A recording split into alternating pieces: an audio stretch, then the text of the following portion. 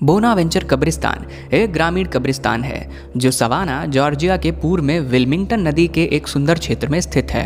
कब्रिस्तान तब प्रसिद्ध हुआ जब इसे 1994 में जॉन बेनेडिक्ट के उपन्यास midnight in the garden of good and evil में चित्रित किया गया था और बाद में फिल्म क्लिंट ईस्टवुड द्वारा निर्देशित पुस्तक पर आधारित है।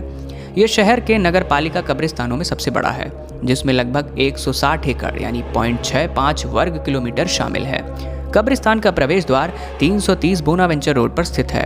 गेट के ठीक अंदर एक प्रमुख सवानाहियन व्यापारी विलियम गैस्टन का बड़ा और अलंकृत मकबरा है। इतिहास।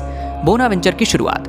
बोनावेंचर एस्टेट मूल रूप से एवरग्रीन नामक एक निजी वृक्षारोपण था, एक ऐसा नाम जो अमेरिकी क्रांति के बाद बदल गया। यह 60 एकड़ में फैला हुआ था और मालिक जॉन मुलरी ने, जो एक ब्रिटिश वफादार थे, ने राजनीति में सक्रिय भूमिका निभाई। फॉर्च्यून मुलरीन के पक्ष में लग रहा था जब वह पहली बार सेंट ऑगस्टाइन क्रीक पर अपने नए घर में बस गए थे।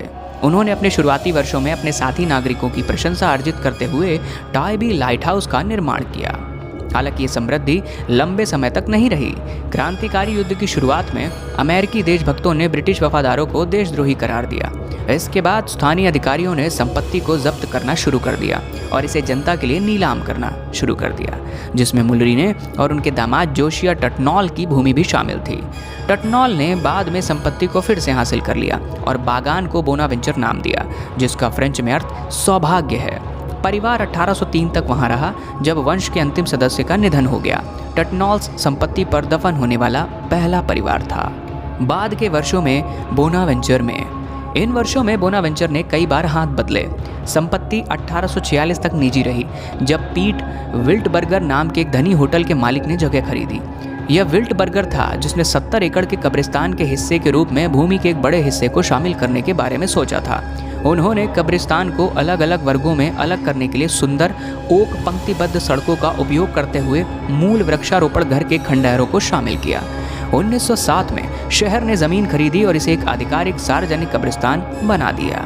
कब्रिस्तान। अपनी पुस्तक a 1000 mile walk to the golf में प्रगतिवादी जॉन मुइर ने लिखा है, बोनावेंचर को कब्रिस्तान मृतकों का शहर कहा जाता है, लेकिन जीवन की इतनी गहराई में कुछ कब्रें शक्तिहीन होती हैं। जीवित जल की लहर, पक्षियों का गीत, फूलों का हर्षित आत्मविश्वास, शांत ओक की अविरल भव्यता कब्रों के इस स्थान को प्रभु के जीवन और प्रकाश के सबसे पसंदीदा निवासों में से एक के रूप में चिन्हित करती है। फिर भी उनके पुस्तक के शब्द प्रेरणा के उस तीव्र स्तर को छूते हैं जो एक बार मैदान में प्रवेश करने पर महसूस होता है। रास्ते तितलियों, पक्षियों, अंतहीन गुलाबों और अजेलिया, सांपों और गहरे ओक के पेड़ों के घर हैं जो अपने आगंतुकों के ऊपर चढ़ते हैं। पेड़ों से लटका हुआ स्पेनिश मॉस भूतिया गॉथिक प्रभाव को जोड़ता है, जो आपको कब्रिस्तान में गहराई तक चलने के लिए लुभाता है। मुइर कब्रिस्तान में कब्रों पर सोता था, जब वह मैदान में भटकने वाले भूतों के बारे में स्थानीय कहानियों की अवहेलना करता था।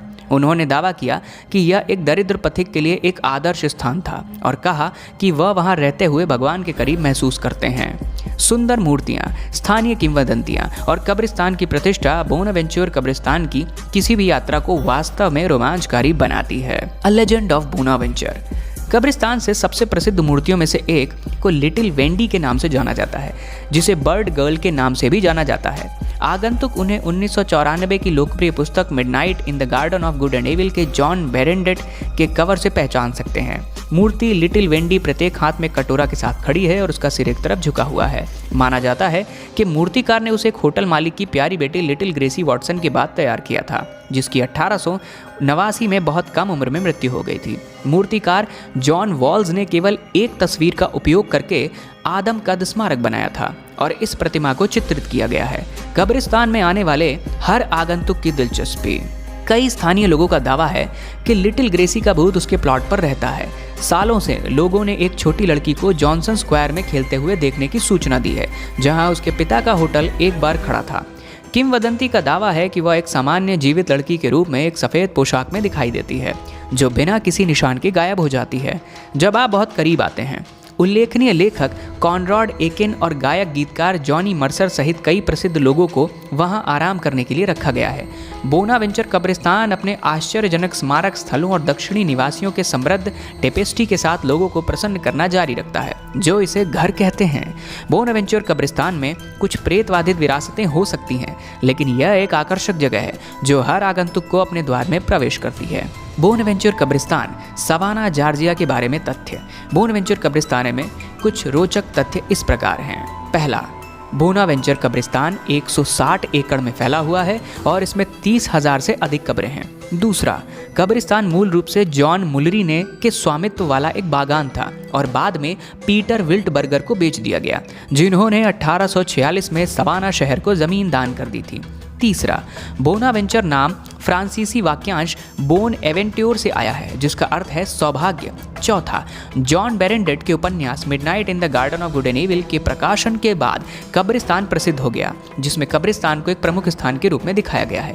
पांचवा, बोनावेंचर सिमेट्री अपने खूबसूरत भूनिर्माण स्मारकों और मूर्तियों के लिए जाना जाता है, जिसमें मूर्ति बर्ड गर्ल भी शामिल है, जिसे midnight in the garden of good and evil पुस्तक के कवर पर चित्रित किया गया था। छठा, कब्रिस्तान को स्पेनिश मांस में लिपटे अपने आश्चर्यजनक ओक के पेड़ों के लिए भी जाना जाता है, जो मैदान की सुरम्य सुंदरता को बढ़ाते हैं। सातवां, गृह युद्ध के दौरान बोनावेंचर कब्रिस्तान ने एक संधि छावनी और अस्पताल के रूप में कार्य किया। आठवां, युद्ध के बाद कब्रिस्तान जीर्णता में गिर गया, लेकिन 20वीं सदी में मैदान को बहाल करने और संरक्षित करने के प्रयास किए गए। नौवां, बोनावेंचर कब्रिस्तान में दफनाए गए उल्लेखनीय लोगों में गीतकार जॉनी मर्सर, कवि कॉनराड एकेन और कलाकार और लेखक मैरी टेलियर शामिल हैं। 10वां, बोनावेंचर हिस्टोरिकल सोसाइटी की स्थापना 1990 में कब्रिस्तान की बहाली और संरक्षण में मदद करने के लिए की गई थी। बोनावेंचर कब्रिस्तान का प्रेतवादित इतिहास। कब्रिस्तान कोई पहली जगह नहीं है जो एक यात्रा कार्यक्रम को भरने से इच्छुक उत्सुक पर्यटकों के दिमाग में कूदते हैं, लेकिन कुछ ऐसे भी होते हैं जो उम्मीदों पर पानी फेर देते हैं। पेरिस, फ्रांस में तालाब के उस पार पीर लेकाइसे सिमेट्री है, उन आत्माओं के साथ जो अपने युगों पर हावी थीं। रॉक बैंड द डोर्स से चक्करदार जिम मॉरिसन, एक और बोन विवांट और नाटककार ऑस्कर वाइल्ड, संगीतकार फ्रेडरिक चोपिन और गायक और फ्रांसीसी राष्ट्रीय खजाने एथिड पियाफ की तरह दफन हो गए। यह देखना आसान है कि जिज्ञासा साधक क्यों होगा, वहाँ झुंड जैसे वे करते हैं। हालांकि अमेरिकी दक्षिण में यही शाश्वत विश्राम का एक और स्थान है, जो अपने आप में एक आश्चर्य है और अपने पेरिस के समकक्ष सवाना जॉर्जिया में बोनावेंचर कब्रिस्तान की भव्यता के बराबर है। कब्रिस्तान स्थान। सवाना शहर से लगभग 3 मील की दूरी पर 17 मील लंबी विल्मिंगटन नदी पर स्थित एक आकर्षक सुंदर कब्रिस्तान है, जिसे प्राकृतिक गिरजाघर के रूप में वर्णित किया गया है। कई विस्तृत और समय से दाग वाले स्मारकों के लिए एक भूतिया आकर्षण। ग्रे और उदासी को ऑफसेट करने के लिए जीवंत अजेलिया और कैमेलिया रंग के साथ फूटते हैं, जब वे वसंत और गर्मियों में खिलते हैं। इस विशेष स्थान की 100 एकड़ जमीन ने कई वर्षों से आगंतुकों की पीढ़ियों की भावनाओं को उभारा है, और जैसे ही आप मुख्य द्वार के पास पहुंचेंगे, आप अपने अंदर कुछ हलचल महसूस करेंगे। प्रेतवादित शुरुआत। भूमि को पहली बार 1762 में राजनीतिक रूप से सक्रिय ब्रिटिश वफादार जॉन मुलरी ने द्वारा खरीदा गया था। अमेरिकी स्वतंत्रता संग्राम समाप्त होने के बाद ब्रिटिश ताज के प्रति वफादार लोगों को उत्पीड़न का सामना करना पड़ा और श्री मुलरी ने की भूमि को स्थानीय अधिकारियों द्वारा जब्त कर लिया गया और जनता के लिए नीलाम कर दिया गया।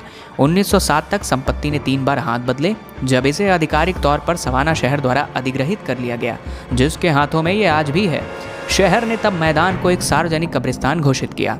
कब्रिस्तान अपनी शानदार गॉथिक वास्तुकला और काई से ढके पेड़ों के लिए जाना जाता है, लेकिन ये अपनी असाधारण गतिविधि के लिए भी कुख्यात है। आगंतुकों ने भूतों को देखने, अस्पष्ट शोर सुनने और पूरे कब्रिस्तान में ठंडे स्थानों को महसूस करने की सूचना दी है। बोनावेंचर कब्रिस्तान से जुड़ी एक और प्रसिद्ध भूत की कहानी रेने एशे रोंडोलियर की है, जो 1920 के दशक में एक युवक की मृत्यु हो गई थी। उनकी मृत्यु से रोंडोलियर का परिवार इतना व्याकुल था कि उन्होंने उसकी कब्र के ऊपर एक छोटा सा घर बना लिया और अक्सर वहां शोक मनाने के लिए रुकते थे। कब्रिस्तान के आगंतुकों ने घर के अंदर एक रोशनी देखने की सूचना दी है, भले ही इसमें बिजली नहीं चल रही हो। कुल मिलाकर बोनावेंचर कब्रिस्तान महान सुंदरता और इतिहास का स्थान है, लेकिन यह एक ऐसा स्थान भी है जहां जीवित और मृत लोगों के बीच की रेखाएं धुंधली लगती हैं और जहां भूतिया प्रेत घूमते हैं। जैसा कि किसी को संदेह हो सकता है, कई किंवदंतियां जो बोनावेंचर कब्रिस्तान के बारे में घूमती हैं, जो कई लोगों की कल्पना का प्रभावित करती हैं, जो प्रेतवादित और अपसामान्य से रोमांचित हैं। एक उपन्यास जो बाद में एक प्रमुख गति चित्र बन गया, जो 1994 में प्रकाशित हुआ। कब्रिस्तान और इसके विपरीत बहुत कुछ है। जॉन बेरेंडेन द्वारा midnight in the garden of good and evil old south में जीवन का एक प्रथम व्यक्ति खाता है, जो एक मर्डर मिस्ट्री के साथ जुड़ा हुआ है, जो सवाना को अपनी पृष्ठभूमि के रूप में प्रस्तुत करता है। और इसमें 2 छोटे कटोरे पकड़े हुए एक लड़की की मूर्ति है। प्रत्येक हाथ में इसके सामने के कवर की शोभा बढ़ाता है। किंवदंती है कि मूर्ति लॉरेन ग्रीनमैन के भूत द्वारा प्रेतवादित है, छोटी लड़की जिसने कलाकार सिल्विया शॉ जुडसन के लिए फोटो खिंचवाई थी। लिटिल वेंडी जैसा कि मूर्ति को भी संदर्भित किया जाता है। एक बार टॉसडल परिवार की साजिश पर प्रहरी खड़ा था, लेकिन वह अपनी नई मिली साहित्यिक ख्याति के परिणाम स्वरूप इतनी मूर्तिमान हो गई, यह पुस्तक के कथानक के लिए केंद्रीय भी नहीं थी, कि मालिकों ने उसके विनाश से बचने के लिए सवाना के टेलियर म्यूजियम ऑफ आर्ट की मूर्ति दान कर दी। मिनर्वा द वुडू प्रीस्टेस उपन्यास midnight in the garden of good and evil में गूढ़ चरित्र वैलेरी फेनेल एइकन बोल्स नामक एक वास्तविक सवाना निवासी पर आधारित है। बोल्स की तब से मृत्यु हो गई है, लेकिन यह किताब में अमर है। मंत्र और हेक्स कास्टिंग और अपने अनुष्ठानों में उपयोग के लिए कब्रिस्तान की गंदगी इकट्ठा कर रही है। इसने आगंतुकों को बोनावेंचर से स्मारिका मिट्टी एकत्र करने की प्रथा को आगे बढ़ाया है। जहां तक ग्रैमी पुरस्कार विजेता सवाना में पैदा हुए रिकॉर्डिंग कलाकार जॉनी मर्सर या पूर्व अमेरिकी कवि लॉरेंट कॉनरॉड एइकन जैसे बोनवेंचर के सबसे प्रसिद्ध निवासियों के पहले हाथ के खातों की बात है, तो ऐसा कोई भाग्य नहीं है। लेकिन अगर आप इस जगह की यात्रा करते हैं और कहीं से भी आपको हुर्रे फॉर हॉलीवुड की दूर दूर तक सुनाई देती है, तो आप इसे एक संकेत के रूप में लेना चाह सकते हैं। 6 वर्षीय भूत ग्रेसी की कब्र यहाँ मिली है। बोनावेंचर कब्रिस्तान के सबसे प्रसिद्ध निवासियों में से एक ग्रेसी वॉटकिंस है, जो 6 साल की प्यारी बच्ची है, जो कथित तौर पर रीजेंस बैंक का शिकार करती है। ग्रेसी के माता पिता सवाना में प्रतिष्ठित पुलास्की होटल का प्रबंधन करते थे, जहां ग्रेसी सभी मेहमानों को प्यारी थी।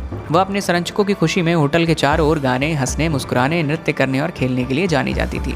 हालांकि 1889 में जब ग्रेसी केवल 6 साल की थी, वह निमोनिया के घातक मामले से बीमार पड़ गई और ईस्टर के कुछ दिन पहले ही उसकी मृत्यु हो गई। उसके माता पिता पूरी तरह से व्याकुल थे और प्रसिद्ध मूर्तिकार जॉन वॉल्ट्स को उसकी पसंदीदा पोशाक के नीचे भी उसकी सटीक समानता के साथ एक मूर्ति बनाए के लिए नियुक्त किया। विक्टोरियन युग के दौरान मृतक से मिलती जुलती मूर्तियां बनाना एक आम बात थी। ऐसी कई मूर्तियां पूरे बोनावेंचर कब्रिस्तान में पाई जा सकती हैं। इसने शोकग्रस्त परिवार के सदस्यों को संगमरमर में अपनी समानता को अमर करने के बाद अपने प्रियजनों की याद को जीवित रखने की अनुमति दी। उनके स्मारक में आधा कटा हुआ एक पेड़ भी शामिल है, जो जीवन के छोटे होने का प्रतीक है। आप आइवी को स्वर्ग की ओर चढ़ते हुए और उसकी आंखों को स्वर्ग की ओर देखते हुए देखेंगे, जहां वह शांति से विश्राम करती है। एक सदी से भी अधिक समय से लिटिल ग्रेसी की कब्र बोनावेंचर कब्रिस्तान के आगंतुकों के लिए सबसे लोकप्रिय पड़ावों में से एक रही है। उसके दफनाने के भूखंड के चारों ओर लोहे का गेट खिलौने, फूलों, सिक्कों और छोटे छोटे उपहारों से अटा पड़ा है, जो आगंतुकों द्वारा उसके बाद के जीवन में शांति और आराम की कामना करते हैं। ग्रेसी के गुजर जाने के बाद उसकी मां और होटल के अन्य कर्मचारियों ने दावा किया कि उसने उसकी हंसी और गायन को पूरे होटल में और पीछे की सीढ़ियों के नीचे सुना है, जहां वह खेलना पसंद करती थी।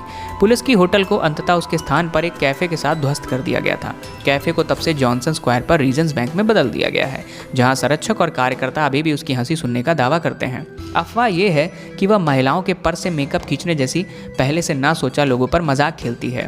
कुछ लोगों ने 1880 के दशक में बैंक और सवाना के आसपास अन्य स्थानों पर घूमते हुए एक युवा लड़की की पोशाक को भी देखा है। यह भी कहा जाता है कि अगर आप उनकी कब्र पर छोड़े गए उपहारों में से कोई भी उपहार ले लेंगे तो उनकी मूर्ति खून के आंसू रोएगी।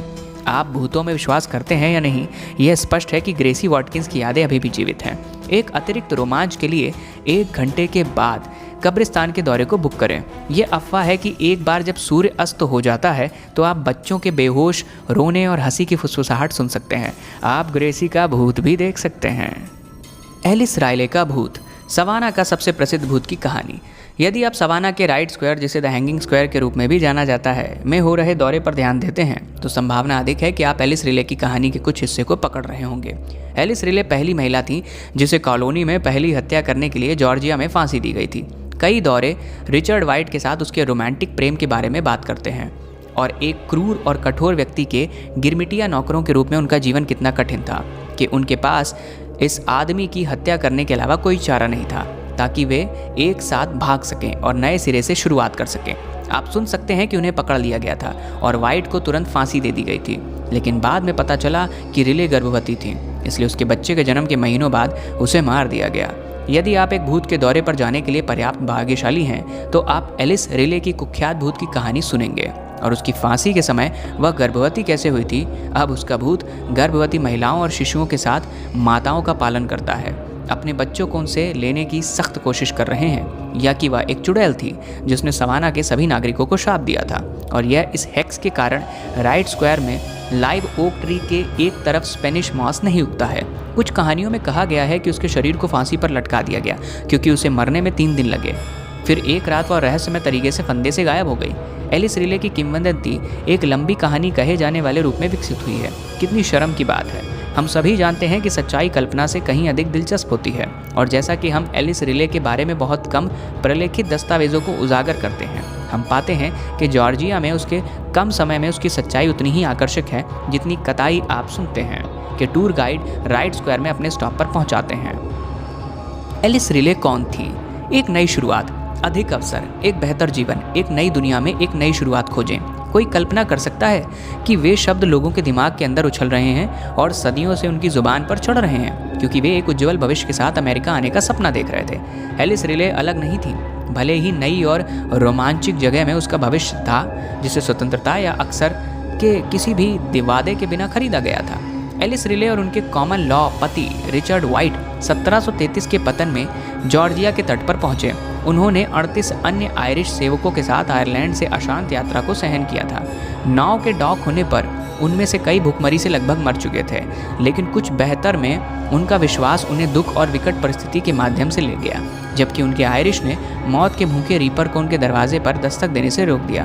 उन्हें नहीं पता था कि उनकी नाव की सवारी नई कॉलोनी में उनके नए जीवन की झलक थी। अमेरिका में आपका स्वागत है। 1 मार्च 1734 को विलियम वाइज, एक अलोकप्रिय मवेशी किसान जो कुछ ही महीने पहले सवाना में आया था, हचिनसन द्वीप पर अपने घर में मृत पाया गया था। उसका सिर पानी की एक बड़ी बाल्टी में था और उसका दुपट्टा उसके गले में बंधा हुआ था। वाइस की कथित हत्या नई कॉलोनी में दर्ज की गई पहली हत्या थी। समझदार की अविश्वसनीय और स्केची होने की प्रतिष्ठा थी। यह पहले पता चला था कि जिस युवती का वह अपनी बेटी के रूप में जिक्र कर रहा था वह वास्तव में एक वेश्या थी। उनके बुरे व्यवहार और अप्रभावी चरित्र ने जॉर्जिया के टूरिस्टों में दान सूची में एक स्थान से वंचित करने के लिए प्रभावित किया, लेकिन समझदार ने इसे सवाना में जाने का रास्ता खोजने के लिए खुद पर ले लिया। पहुंचने पर जॉर्जिया के संस्थापक जेम्स ओगलथोर्पे ने इंग्लैंड को दंडित करने और उसे वापस भेजने के बजाय पशु फार्म में काम करने के लिए उसे पानी के पार भेजने का फैसला किया। एलिस रिले और रिचर्ड व्हाइट को मवेशी फार्म पर वाइस के अनुबंधित नौकरों के रूप में सौंपा गया था। टाउन रिकॉर्डर थॉमस क्रिस्टी द्वारा जनरल जेम्स ओगलथोर्पे को लिखे गए पत्र के अनुसार वाइस का स्वास्थ्य बिगड़ रहा था और वह अपने बिस्तर तक ही सीमित था। एलिस और रिचर्ड को समझदार की स्वच्छता की देखभाल करने का काम सौंपा गया था और संभवतः यह कोई छोटा काम नहीं था। रिचर्ड वाइस के लंबे बालों में कंघी करेगा और एलिस उसे नहलाएगी। कुछ कहानियों का दावा है कि वह एलिस के प्रति वाइस की भद्दी टिप्पणियां और कामुक हरकतें थीं, जिसने दैनिक दिनचर्या को असहनीय बना दिया। एलिस और रिचर्ड अपने बंधन के अंत तक पहुंच चुके थे और उन्होंने फैसला किया कि वे अब समझदार के स्वच्छ पेशेवर नहीं बनने जा रहे थे। उन्होंने समझदार के जीवन को समाप्त करने और इसके लिए भागदौड़ करने का फैसला किया और ये माना जाता है कि वे अपने साथ कुछ स्मृति चिन्ह, उनकी कुछ निजी संपत्ति ले गए। वहाँ लगाया जाता है कि एक बार वाइस का शरीर बेजान हो जाने के बाद एलिस और रिचर्ड फार्म हाउस से भाग गए। वे आशा के द्वीप तक तब तक छिपे रहे जब तक कि वे अंततः मिल नहीं गए, पकड़े गए और विलियम वाइस की हत्या के लिए मौत की सजा सुनाई गई। ओगलथोर्पे को पत्र। जनरल ओगलथोर्पे की जॉर्जिया 1733 से 1737 पुस्तक में जेम्स ओगलथोर्पे को जॉर्जिया के उनके साथियों द्वारा लिखे गए सैकड़ों पत्र पढ़ सकते हैं जब वो इंग्लैंड में थे, और थोड़े धैर्य और जिज्ञासा के साथ एलिस रिले और रिचर्ड व्हाइट को उनके पकड़े जाने और सजा सुनाए जाने के बाद वास्तव में क्या हुआ इसकी सच्चाई को उजागर कर सकते हैं। 14 दिसंबर 1734 को क्रिस्टी के पत्र में उन्होंने लिखा था कि वाइस की हत्या कर दी गई थी और उसके व्यक्तिगत सामानों को चोरी करके बेच दिया गया था, जिसे हत्यारे ने मान लिया था। वह अपराध के दृश्य का विवरण देता है। एलिस रिले व्हाइट की दिशा और प्रभाव के तहत वाइस के बिस्तर के नीचे पानी की एक बाल्टी सेट करती हैं, जबकि व्हाइट ने अपने बालों की सहायता और कंघी करने का नाटक करना शुरू कर दिया। फिर व्हाइट ने नेकरचप को पकड़ लिया और मुड़ दिया जब तक कि उसका लगभग दम नहीं घुट गया। एलिस रिले ने उसी समय अपने सर की पोल को पकड़ लिया और पानी की बाल्टी में अपना चेहरा गिरा दिया और वह बहुत कमज़ोर होने के कारण जल्द ही उसे भेज दिया। बाकी मैं न्यायालय की कार्रवाई का संदर्भ देता हूँ। 1 महीने बाद सवाना के एक शुरुआती निवास एडवर्ड जेनकिंस ने ओगलथोर्पे को एक पत्र लिखा जिसमें रिचर्ड व्हाइट के कब्जे और एलिस की फांसी के विवरण को स्पष्ट किया गया था। वाइट अपनी मूल गिरफ्तारी के बाद जेल से भाग गया था और बाद में भाइयों हेनरी और विलियम पार्कर द्वारा फिर से कब्जा कर लिया गया था। जेनकिंस ने लिखा, जब हम काम कर रहे थे तो मेरे एक आदमी ने कहा, वहाँ आदमी बहुत तेज़ी से जाता है, यदि वह है तो हम जाकर उसे पकड़ लें। सो हम उसका पीछा करते रहे जब तक कि हम उससे 20 गज की दूरी तक ना पहुँच गए। पहली नज़र में बहुत हैरान हुआ। मैंने उससे कहा, तुम्हारा नाम श्वेत है, यह भागने के लिए प्रयास करना व्यर्थ है। और तुरंत मैंने उसे पकड़ लिया। वह अपने घुटनों पर गिर गया और अपनी छाती पर कई वार करके अपनी जान की भीख मांगी। जेनकिंस रिचर्ड की दुर्भाग्यपूर्ण दोपहर की नाटकीय घटनाओं को रेखांकित करना जारी रखता है। उन्होंने लिखा है कि वाइट को शहर में वापस ले जाने के दौरान वाइट ने अपने जीवन की भीख मांगी। उसे तुरंत फांसी पर ले जाया गया और अंतिम क्षण तक घोषित किया गया कि वह हत्या का दोषी नहीं था। जेनकिंस ने एलिस रिले के संबंध में अपना पत्र समाप्त किया। महिला को कल फांसी दी गई थी और समझदार की हत्या से इनकार किया था, और सबसे ज़्यादा जवाब देने के लिए वह इतनी दुष्ट थी कि वह एक ऐसी चीज़ को स्वीकार करने के लिए इतनी दुष्ट थी, वह दोषी नहीं थी, जिसका मतलब है कि उसने कल्पना की थी कि वह वाइट की मौत थी। वह उसी सिद्धांत की प्रतीत होती थी जैसे वाइट थी। ओगलथोर्पे के जॉर्जिया में एलिस रिले की दुर्भाग्यपूर्ण नई शुरुआत का संदर्भ देने वाला आखिरी पत्र एक बार फिर थॉमस क्रिस्टी द्वारा लिखा गया था और ट्रस्टियों को संबोधित किया गया था। 19 मार्च 1735 को विलियम वाइस का शव मिलने के एक साल बाद क्रिस्टी के पत्र का आखिरी पैराग्राफ लगभग एक बात की तरह लगता है। एलिस रिले ने कुछ महीने पहले पिछले मई के 11वें दिन की अपनी सज़ा के अनुसार बिस्तर पर लाए जाने के 6 सप्ताह के भीतर फांसी लगा ली थी और बच्चा तब से मर चुका है। इनमें से किसी भी पत्र में बहुत अधिक सहानुभूति नहीं है या उसके अपराध के बारे में कोई संदेह नहीं है। एलिस रिले 280 साल बाद, क्या किसी को लगता है कि उनकी निजी कहानियाँ सदियों बाद दोबारा कही जाएंगी, या कि उनके जीवन की कहानी ऐतिहासिक मनोरंजन के लिए या आगंतुकों के लिए एक भयानक भूत की कहानी में बुनी जाएगी ताकि वे अपने परिवार की छुट्टी से एक स्मारिका की तरह अपने साथ घर ले जा सकें? निश्चित रूप से एलिस रिले को इस बात का अंदाज़ा नहीं था कि उसका नाम बोला जाता रहेगा और कॉलोनी में उसका छोटा जीवन 21वीं सदी में अच्छी तरह से याद किया जाएगा। एलिस रिले राइट स्क्वायर और सभी इतिहासकारों के पसंदीदा सवाना पात्रों में से एक का पर्याय बन गई हैं। विंस्टन चर्चिल ने कहा, इतिहास मुझ पर मेहरबान रहेगा क्योंकि मैं इसे लिखने का इरादा रखता हूँ। ऐसा लगता है कि हम सभी उन स्वतंत्रताओं को ले रहे हैं, खासकर अपने इतिहास के साथ। लेकिन जैसा कि हमने एलिस रिले के मामले में खोजा है, सच्चाई कल्पना से कहीं अधिक पेचीदा है। अनभिज्ञता, रहस्य और अटकलें सभी एक स्वादिष्ट कहानी के लिए स्वादिष्ट सामग्री हैं। इसलिए यदि आप अंधेरे के बाद राइट स्क्वायर घूमते हुए एलिस रिले के भूत को देखते हैं तो उससे पूछें कि क्या उसने ऐसा किया है और उसे याद दिलाएं कि इतिहास में गरिमा होती है।